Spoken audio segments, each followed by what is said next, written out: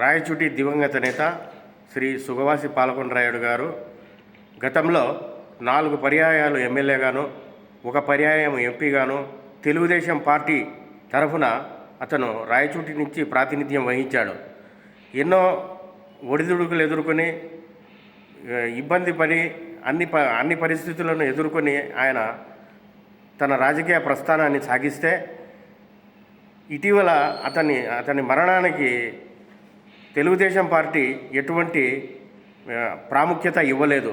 అదేవిధంగా మొన్న జరిగిన మహానాడు యందు ఆ మహానేతకు ఎటువంటి నివాళులు అర్పించకుండా పార్టీ నాయకులైన శ్రీ నారా చంద్రబాబు నాయుడు కానీ నారా లోకేష్ కానీ ఆ దివంగత నేతకు ఎటువంటి నివాళులు అర్పించలేదు.